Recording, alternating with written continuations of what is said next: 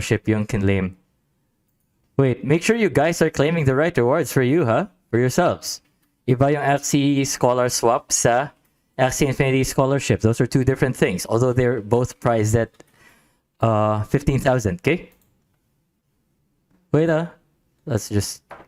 Okay, let's have the mods check those out. And then, of course, kung talagang ubus na yung slots when you guys redeemed, ibabalik naman yung points niya for that. Okay? Ito yung mga 15... si Chaotic Sweep pala ay Scholar Axie Swap. Okay. Okay. So, ito yung mga nag-claim ng 6 slots for the night. Si Ryan Pagawisan, si Justine Oteiza 22, si Athiel Bianan, si Mayowe, si Ezechella, and si Bert. Okay. So, at this point, mag-aano na tayo? Sisimulan na tayo ng ating discussion about the long test 3. Okay? Right.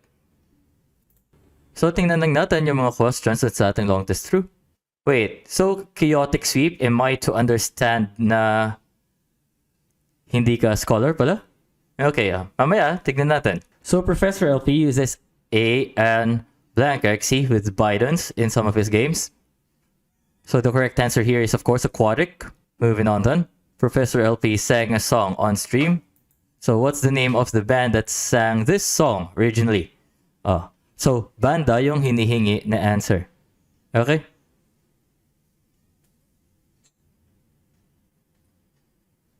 So now, tingnan natin to. Correct answer to this is actually... Oops, wait. Hindi nyo makita dito. Correct answer for this is Aegis. Okay? Hindi Sinta yung correct answer. And of course, you have to capitalize the first A. Okay? The first letter. Okay. Moving on. Ano daw yung high score dun sa previous long test natin? You have here 24 out of 25.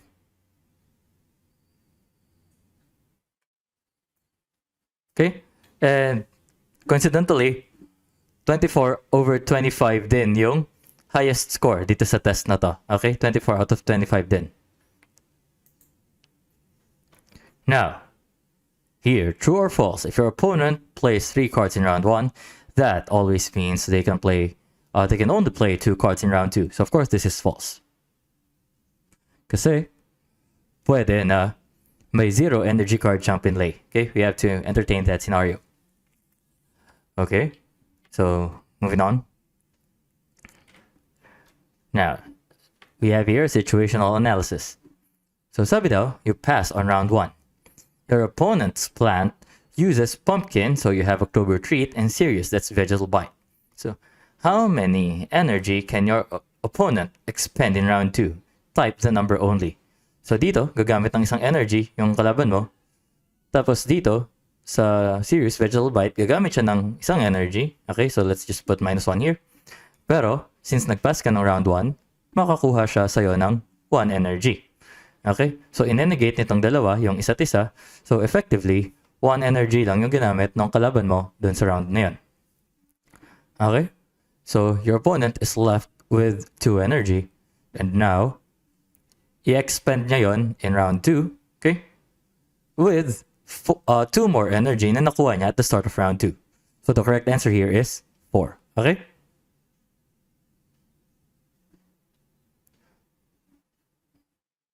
Now, moving on. The highest number of organic, so it has no raids, viewers in our Twitch channel in the past 2 weeks is nearest to. So, of course, the correct answer here is 500. Okay?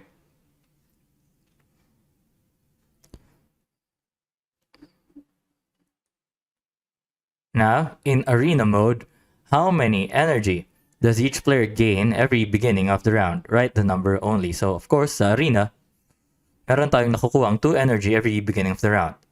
Ngayon, kung adventure, yung question sa atin, of course, you guys know na nakaka-gain lang tayo ng 3 energy every round there. Okay? Now, moving on. The backdoor bird archetype got its name from which card? So here, it's going to be Little Owl.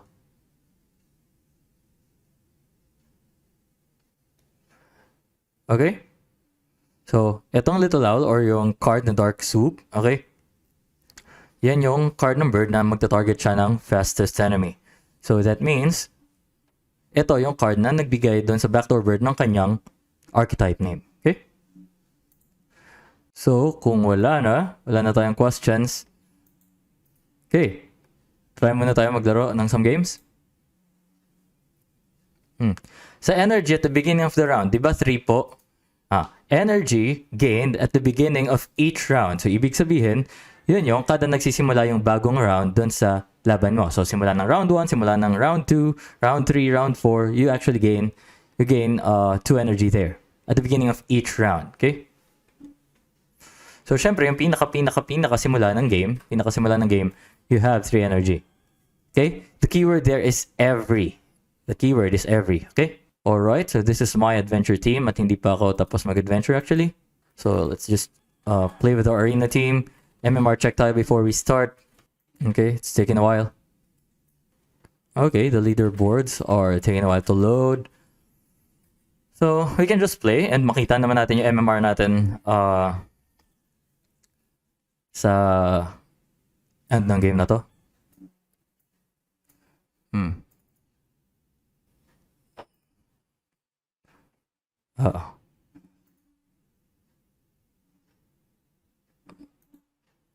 Okay.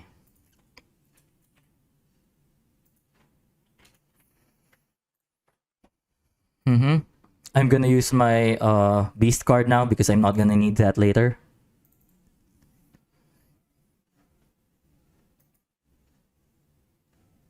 And we'll try to take down this aquatic axie in front of us right now. Okay. So I think enough yung damage natin to take down this aquatic axie. Oh, nag-critical pa. Alright, but that's gonna deal 173 damage anyway. More than enough, really. So now we're just gonna use watering can to gain all the energy na gagamitin sa atin itong aqua na to. Okay, and probably just that.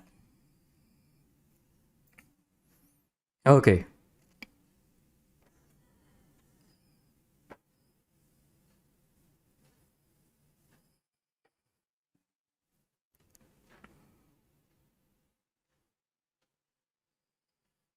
That's interesting. Meron lang siyang 2 energy this turn. But the bird is probably gonna attack itong beast natin. So in case mag-last stand tayo, we just wanna play 2 cards, you know? Para tayo pa rin yung first to take action. Kasi ang kaya lang niya gawin, well, possible na may dalawa siyang all-out shot that puts us at a disadvantage, really. No, we're just not gonna use any beast cards here. Or no, hindi, sige, dalawa. Either dalawa or wala eh. Alright. That's fine. Kasi, we used 2 all-out shots. We're now sure that we're gonna be the first one na aatake sa next turn. Okay, so that's it. That's the game. Ayun, so kanina naunang umatake yung bird niya, pero ngayon naunang umatake yung bird natin kasi mas mababa yung HP natin, no? That's why we use those 2 all-out shots. Okay, we're at 1971. Ayan, 15 SLP yung gain natin dito. I guess that's a lot, I guess.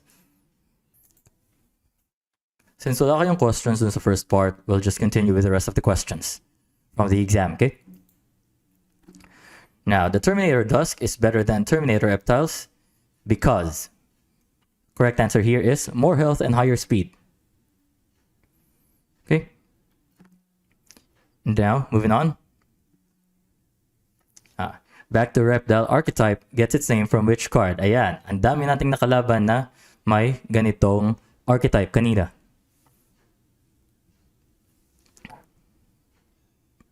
So the correct answer is actually Spike Throw or Tri-Spike here. Okay.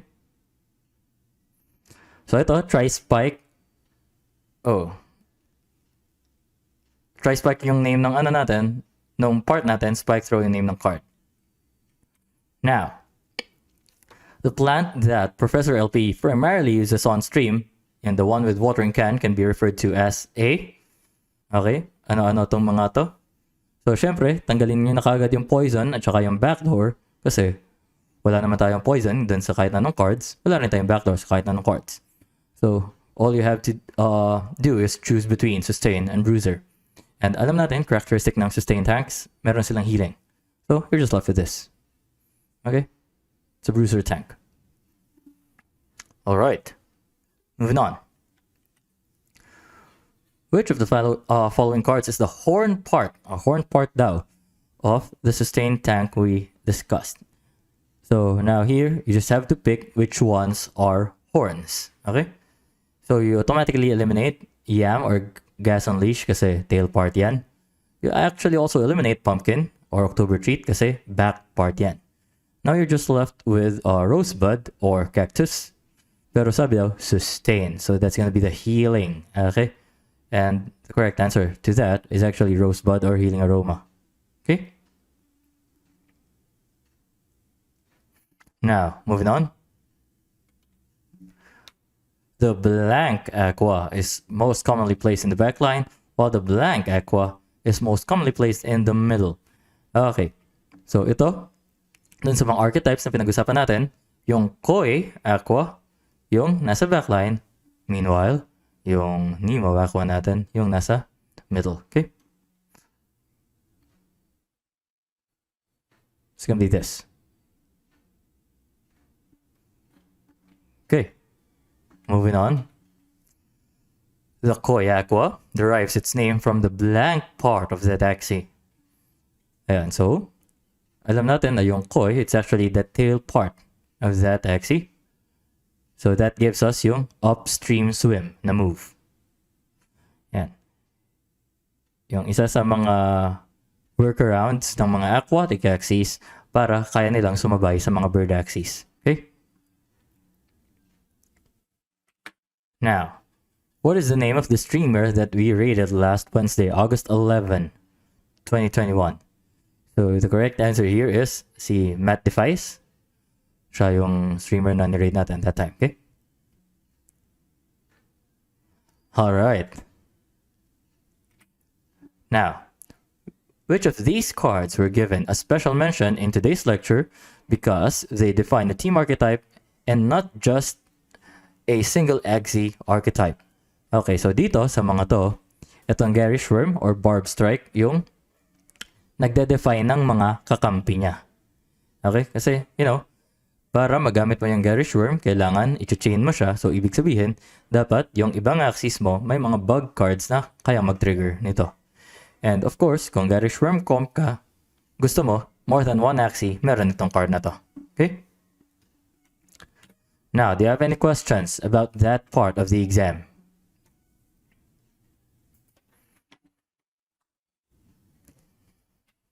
Okay.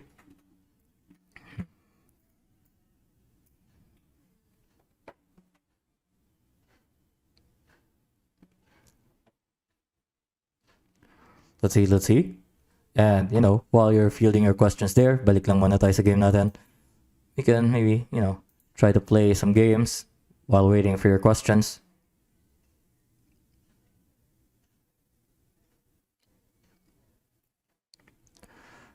Okay, Aqua's here.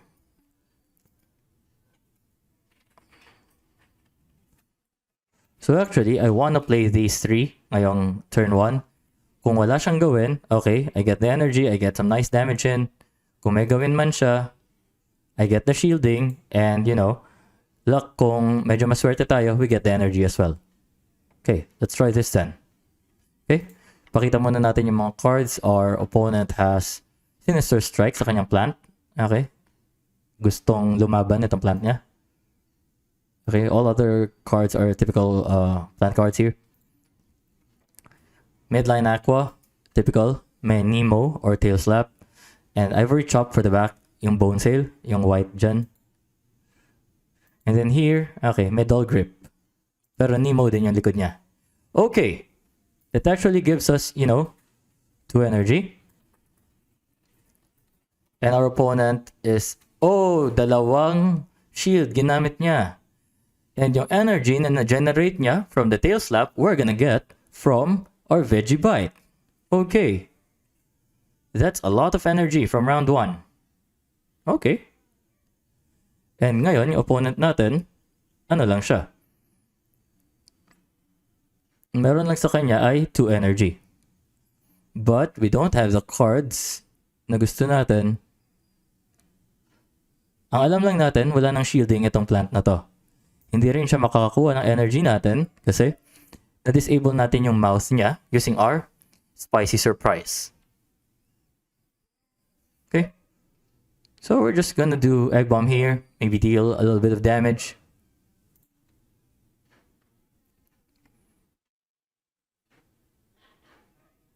Okay.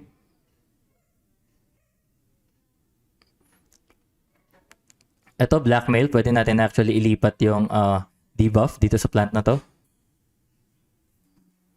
Okay. So, alam natin wala nang shielding yung wala nang shielding yung plant. So, pwede natin to gawin. And yung kalaban natin, meron na siyang 3 energy for this turn. Wait. 170 and then... Okay. This might take him to the last stand. But I hope it's enough for the kill.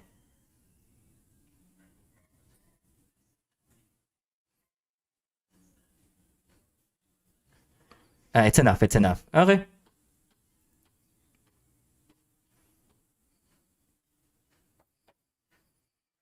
So we're now gonna get rid of this Aquatic Axie. Mag-expect tayo ng shielding dito, so we're gonna use both of our double talks dito sa middle Aquatic Axie na to. Okay.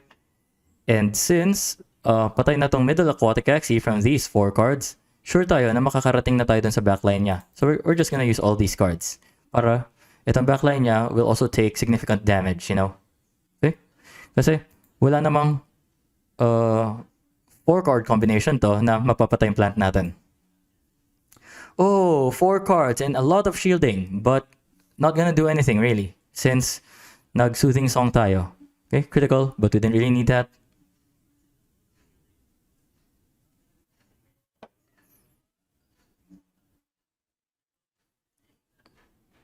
Okay.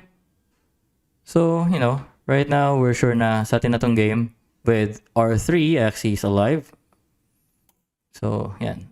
Let's finish this game.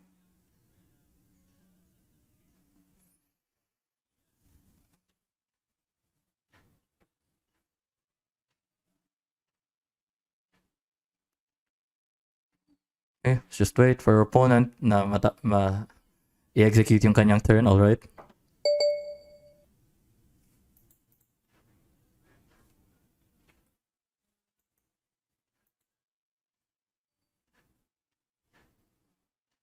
Sorry about that.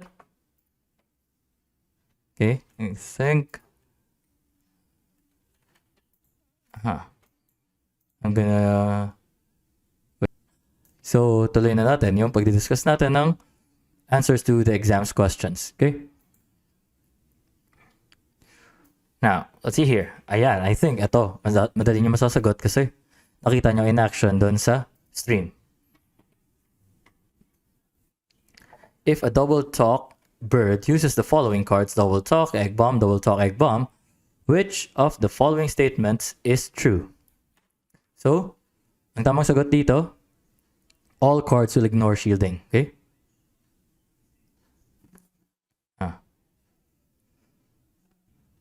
Pag may double talk pliers, may bonus damage pa rin ba yung pliers? Yes. Kasi na-fulfill mo pa rin naman yung condition na may shielding yung attacking, yung defending Axie. Okay? So, double talk and then pliers, double talk and then pliers, that's really, tons of damage. Okay, moving on. Ito, what does Donut Imp stand for? It's actually Double Nutcracker Ronin Imp. Okay?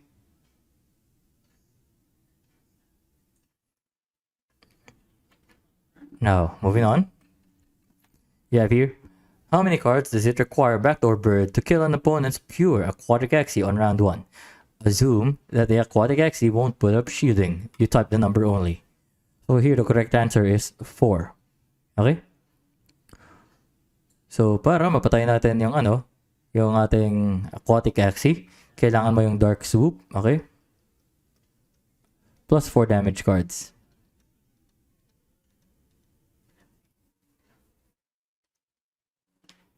Okay? That's the idea. Ezechiela Prof, thank you so much po sa opportunity. So you're welcome, and thank you very much for supporting the stream. Thank you so much. Okay, now moving on to the next question. Okay.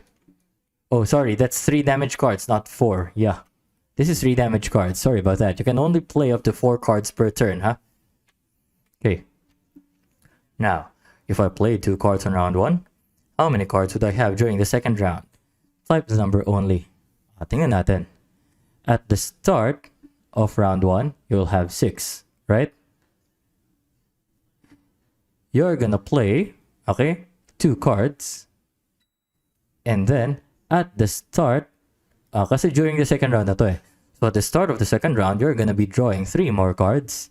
And so the correct answer here is 7, okay? You'll have 7 cards during the second round, okay?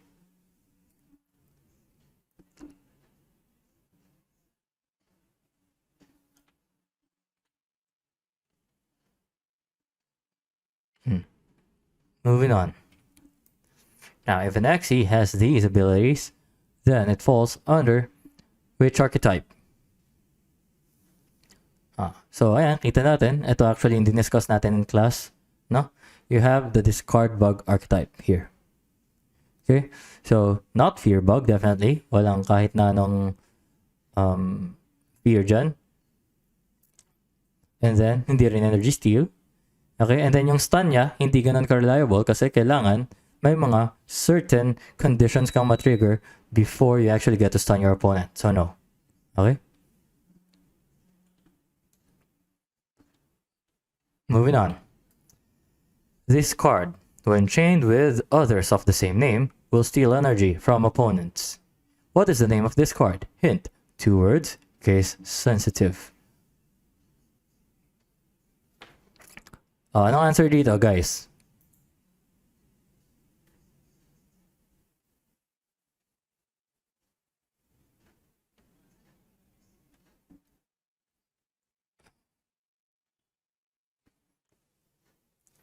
Okay, so the correct answer here is Bug Signal.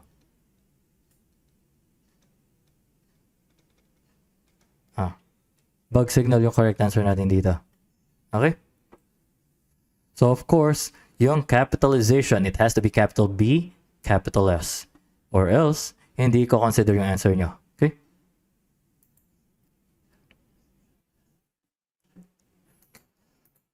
Now, which of these artists have we not seen on stream in the past 2 weeks? So actually, may dalawa palang possible answer dito when upon reviewing. So you have here Stray Kids or BTS.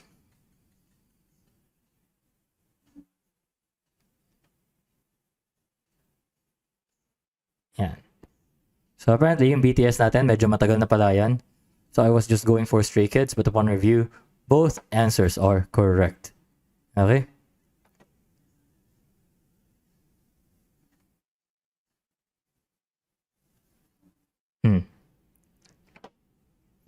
And so we go to the next question now. What does LP mean in Professor LP's name? So of course that means little panda. So tong little panda kasi, yan yung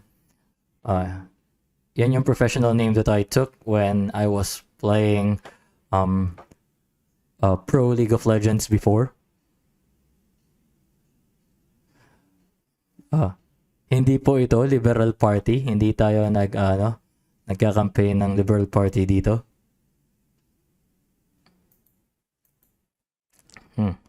Now, which 2 classes have the lowest starting morale? Okay. So actually, correct answer dito, Aqua and Mech. Okay. Dalawang classes na to, they start with 27 morale. Okay? Now, eto naman, essay question. Why are there no Dawn axes being used in the current meta?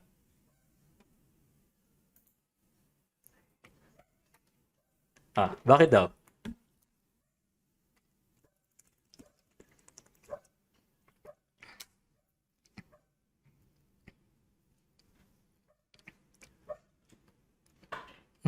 Any idea, students?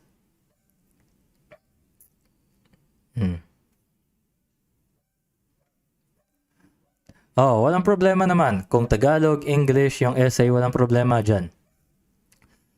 Oh, kasi outclassed siya, no? Nung kanyang mga peers in terms of stats. That's basically it.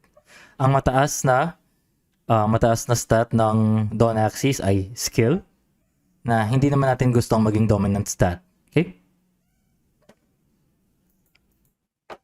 Any questions there? May mga tanong ba tayo dito?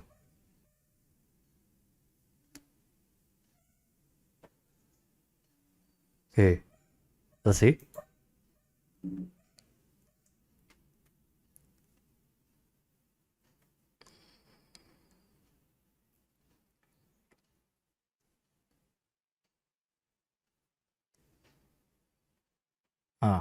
Pangit talaga yung stats niya.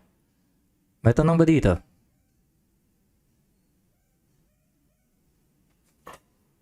Alright. So, may mga questions ba kayo for tonight's stream? Yung sa bird, ayun nga. 30 talaga yung actual value. 30 talaga, hindi 10. Mali yung nakalabas dun sa card list, okay? Yung yung mataas na MMR ko, that was during the off season. Okay? Off season yon. So, actually, ito pa lang talaga yung first season ko na magka-climb. Season 18 pa lang. Okay? So, again, the rest of our scholarships will just be from the exam. So, make sure you study well, do your best in the exams, okay? That's gonna be the end of our stream for the night. Okay? Good game everyone. Thank you again, Matt Device, for the raid. Impeccable timing though. So, kung wala na kayong questions, guys, dito na magtatapos yung stream natin. So, lipat na tayo, mag-raid na tayo ng ibang tao. Punta na tayo kay Unix Guild, okay? See you on... Okay. Sakay na kayo, punta na tayo kay Unix Guild, okay?